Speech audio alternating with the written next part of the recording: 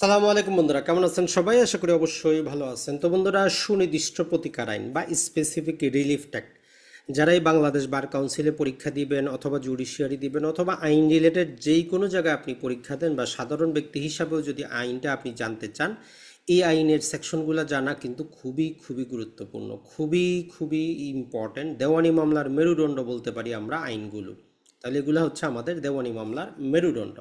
যদিও 1877 সালে এই আইনটা তৈরি করা হয়। এখন এই আইনটা নর্মালি কারো কাছে খুবই সহজ, কারো কাছে খুবই কঠিন, মনে কিন্তু থাকে না। তো দেখেন, আইনটা যারা এই আইনের ছাত্র, আইনের মধ্যে না গিয়ে আপনি বাইরে থেকে জানার চেষ্টা করেন।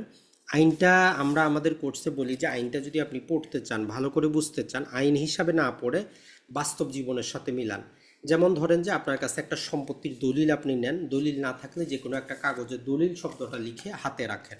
বা চিন্তা করেন যে আপনার একটা সম্পত্তি আছে অথবা বাড়ির পাশে বাইরে যদি কোনো একটা ফ্লট খালি থাকে, চতুর্দিকে বাউন্ডারি করা, চিন্তা করেন যে এই জমিটা আপনার। এই জমিটার বিরুদ্ধে কি কি অপরাধ হইতে পারে, এটা আগে মানসিকভাবে প্রস্তুতি আপনি নেন। নিয়ে নিলেন মানসিকভাবে প্রস্তুতি, হয় দলিলটা হাতে নেন অথবা জমির সামনে গিয়ে দাঁড়ালেন। তো এই আমাদের সুনির্দিষ্ট প্রতিকার আইন বলে যে এই যে দলিলটা নিলেন, জাগাদার সামনে দাঁড়াইলেন, এই সুনির্দিষ্ট প্রতিকার আইন টোটাল আপনাকে 8 প্রকারের প্রতিকার দিতে পারে। কত প্রকারের? 8 প্রকারের প্রতিকার দিতে পারে। সর্বপ্রথম আপনার দায়িত্ব, ধারা, সেকশন, চ্যাপ্টার এগুলো ভুলে যান, আগে প্রতিকারগুলো নিজের মতো করে বুঝেন।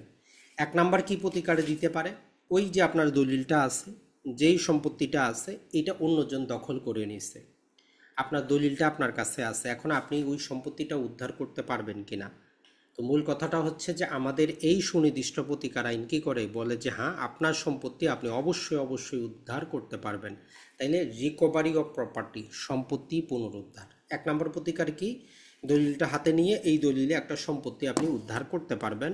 ওই যেই ফ্লটের সামনে দাঁড়িয়ে আছেন এটা উদ্ধার করতে পারবেন। এই রিলেটেড যত মামলা আসবে আপনি প্রতিকারটা 8 ধারার মাধ্যমে দিতে পারবেন। এরপরে চলে আসেন যে ওই সম্পত্তিটা, প্রপার্টিটা বা এই দলিলটা আপনার একটা চুক্তিনামা। ওই প্রপার্টিটা ক্রয় করার জন্য আপনি চুক্তি করেছেন। এখন ওই যে ব্যক্তি যিনি সম্পত্তির মালিক, উনি আপনাকে দলিল করে দিচ্ছে না। এখন আপনি কি করবেন এই দলিলটা দিয়ে? ওই সম্পত্তির সামনে দাঁড়িয়ে আছেন, কিভাবে ওই সম্পত্তিটা আপনার করে নিতে পারবেন, পারবেন কি না? তো এই যে চুক্তির সুনির্দিষ্ট কার্যকরণ, স্পেসিফিক পারফরমেন্স অফ কন্ট্রাক্ট করাইতে পারবো। তাহলে সুনির্দিষ্ট প্রতিকার আইন বলে কি, এই দলিলে দখল যেভাবে উদ্ধার করতে পারবো, এই দলিলে যদি কেউ চুক্তি করে তাহলে ওই চুক্তি মোতাবেক কাজ করতে মানুষ বাধ্য থাকবে। 2টা প্রতিকার মুখস্থ হয়ে গেল, ঝামেলা শেষ। এখন আসেন 3 নম্বরে, যেটা আমরা বলি যে আপনার কাছে যে দলিলটা আছে, আপনি দেখতে পারলেন যে এই দলিলে খুবই মারাত্মক ভুল হয়েছে, রেকটিফিকেশন করতে হবে, ইনস্ট্রুমেন্ট করতে হবে, রেকটিফিকেশন অফ ইনস্ট্রুমেন্ট করতে হবে।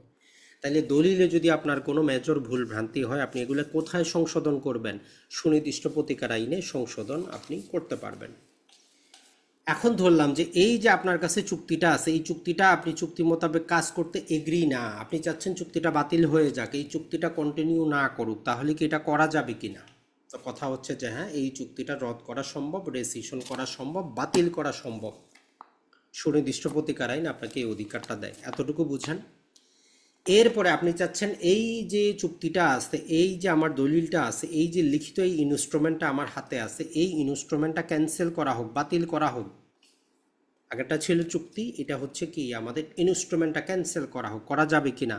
তো এই আমাদের পরবর্তী প্রতিকার ক্যান্সেলেশন অফ ইনস্ট্রুমেন্ট বলতেছে যে জি হ্যাঁ, আপনি চাইলে চুক্তিটা কি করতে পারেন, ক্যান্সেলও করতে পারেন।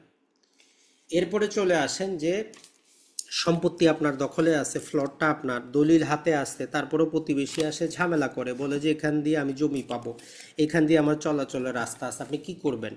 তো এই জন্য বলতেছে যে আপনি কি করতে পারেন, একটা ডিক্লারেশন চাইতে পারেন, ঘোষণামূলক মামলা করতে পারেন যে এইখানে কারো কোনো অধিকার নাই, সম্পত্তি আপনার, এক্সক্লুসিভ ওনারশিপ আপনার, এরকম ডিক্লারেশন আপনি পাইতে পারেন।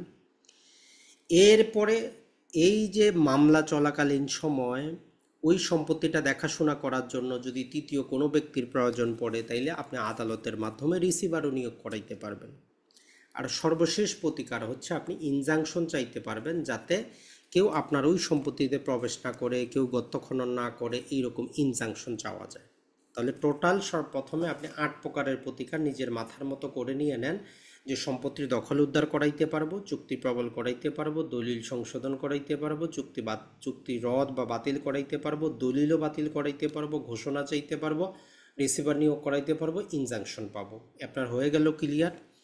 এরপরে আসেন আপনি যেই কাজটা করবেন সেটা হচ্ছে যে মূল সেকশনটা মনে রাখবো আমরা।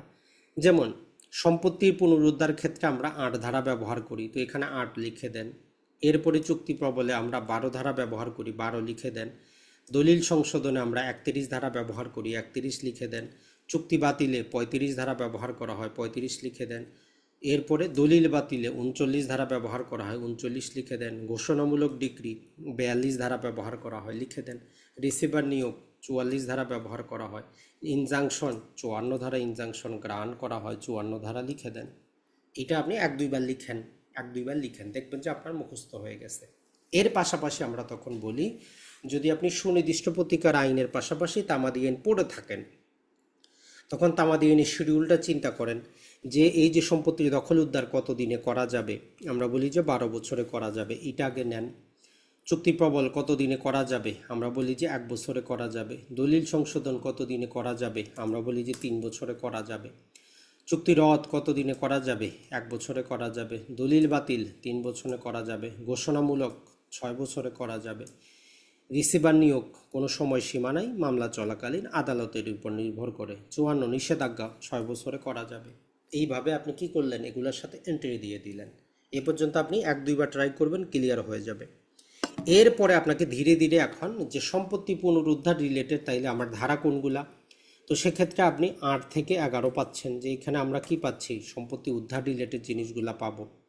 চুক্তি প্রবল রিলেটেড আরও নিয়মকানুন আছে, সেগুলো আমরা ১২ থেকে কোথায় পাবো, ৩০-এর মধ্যে, একবার স্মরণ করেন।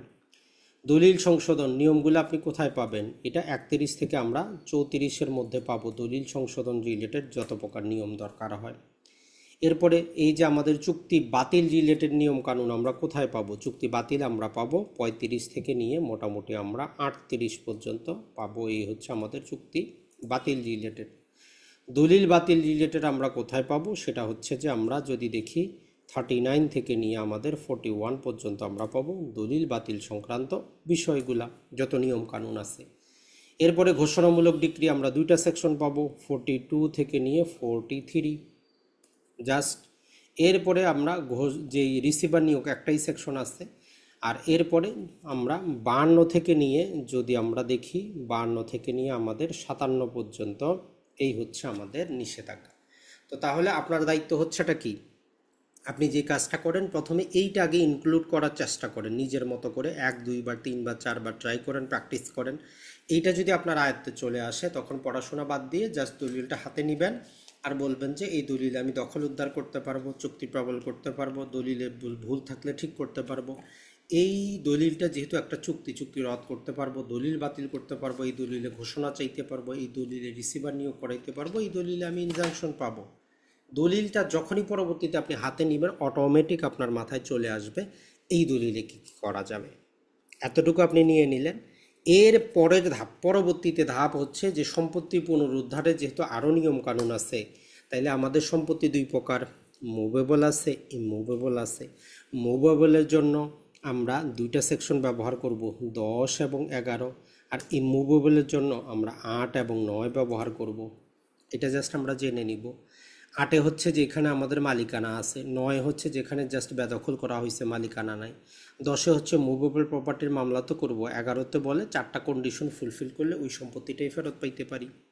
চুক্তি প্রবল রিলেটেড আমাদের 12 ধারা আমাদের 4টা গ্রাউন্ড বলে, যে এই গ্রাউন্ডগুলো যে কোনো একটা প্রমাণ করতে পারলে চুক্তিটা প্রবল হবে, সম্পূর্ণ চুক্তি। ওই 13, 14, 15, 16, 17 বলে যে আংশিক চুক্তি কার্যকর করা যায়। এরপরে চুক্তির কিছু নিয়ম আছে, যে চুক্তি কার্যকর করে অথবা না করে আদালত ক্ষতিপূরণের আদেশ দিতে পারে। আদালতের যে ডিসক্রিশনারি ক্ষমতা কাকে বলে এটা আমরা জানি। পাশাপাশি 6টা জিনিস আছে, কোন চুক্তিটা প্রবল করা যাবে, কোনটা যাবে না, কার জন্য যাবে, কার জন্য যাবে না, কার বিরুদ্ধে যাবে, কার বিরুদ্ধে যাবে না। এই 6টা জিনিস মাথায় নিয়ে নেবেন। এর পরের ধাপে গিয়ে তখন আরও বিস্তারিত আপনি পারবেন। দলিল সংশোধনের ক্ষেত্রেও জাস্ট মূলনীতিটা মনে রাখবেন, যে দলিল সংশোধন বলতে দলিলের করণিক গাণিতিক ভুল না। যদি আমরা সেখানে কোনো প্রকার ফ্রড বা প্রতারণা বা উভয় পক্ষের ভুলের কারণে দলিলের মূল উদ্দেশ্য ব্যাহত হয়, তখন তৃতীয় পক্ষের ক্ষতি করা ছাড়া আমরা যতটুকু সম্ভব দলিলটা রেকটিফিকেশন করতে পারবো। চুক্তি বাতিলের ক্ষেত্রেও আমরা সেই রকম ক্ষেত্রে দেখতে হবে যে চুক্তিটা বাতিলযোগ্য বা টার্মিনেবল হইতে হবে, অথবা চুক্তিটা দেখে তো বৈধ কিন্তু ভিতরে গেলে অবৈধ এরকম হইতে হবে, অথবা আদালত যখন চুক্তি প্রবলের মামলায় কোনো ব্যক্তিকে টাকা পয়সা দেওয়ার জন্য আদেশ করবে, সে জমা করবে না, তখন আদালত চুক্তি বাতিল করে দিবে।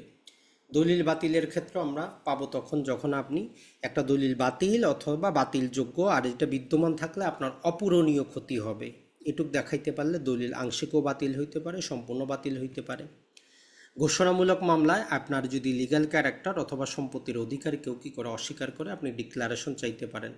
আপনি সাবসিকুয়েন্ট কোনো প্রতিকার আপনার চাওয়ার দরকার নাই। সাবসিকুয়েন্ট প্রতিকার বলতে যে জিনিসটা বোঝায় যে যদি আপনার দখলে না থাকে তাহলে চাইতে হবে, মানে পৃথক ধারায় মামলা করতে হবে। 42 ধারায় সাবসিকুয়েন্ট প্রতিকার চাওয়ার দরকার নাই বা চাওয়া যায় না।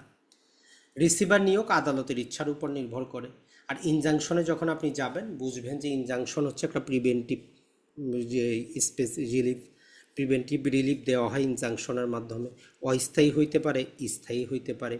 অস্থায়ী মানে আদালতের নির্দিষ্ট সময় বা আদেশ পর্যন্ত, স্থায়ী মানে আদালতে মেরিটের উপর বিচার করার পরে ডিক্রির মাধ্যমে।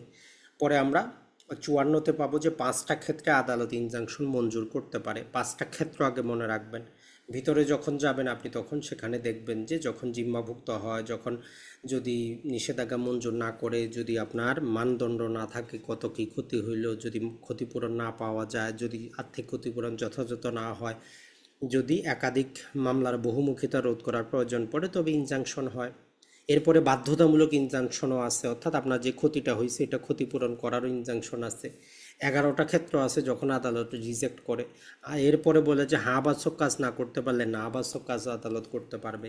তো এই জাস্ট আজকের এই 10 মিনিটের ভিডিওটা দেখলেও আশা করি একজন সাধারণ ব্যক্তি হিসেবে আপনি বুঝতে পারবেন যে সুনির্দিষ্ট প্রতিকার আইন জিনিসটা কি। এটা খুবই গুরুত্বপূর্ণ। এটার সাথে তো আমাদের শিডিউলটা জড়িত। এটার সাথে তখন সিপিসি চলে আসে যে একটা মামলা কিভাবে দায়ের হবে, রিসিভার কিভাবে নিয়োগ হবে, এই যে চুক্তি প্রবল, চুক্তি বাতিল, দলিল সংশোধন, এগুলোর জন্য আরজি কীভাবে তৈরি করা হবে, তখন পৃথক আইন আছে। আশা করি আমাদের আজকের এই ভিডিওটা অবশ্যই আপনাদের উপকারে আসবে। যদি উপকারে আসে অবশ্যই লাইক করবেন, কমেন্ট করবেন, শেয়ার করবেন। আর বার কাউন্সিলে আমাদের কোচিং চলতেছে। যারা এই বার কাউন্সিলে নভেম্বর অথবা ডিসেম্বরে যে পরীক্ষাটা হবে অংশগ্রহণ করতে চাচ্ছেন, দেরি না করে এখন থেকে প্রস্তুতি নেন। নিজেকে একজন অ্যাডভোকেট হিসাবে গড়ার এটাই কিন্তু চূড়ান্ত সময়।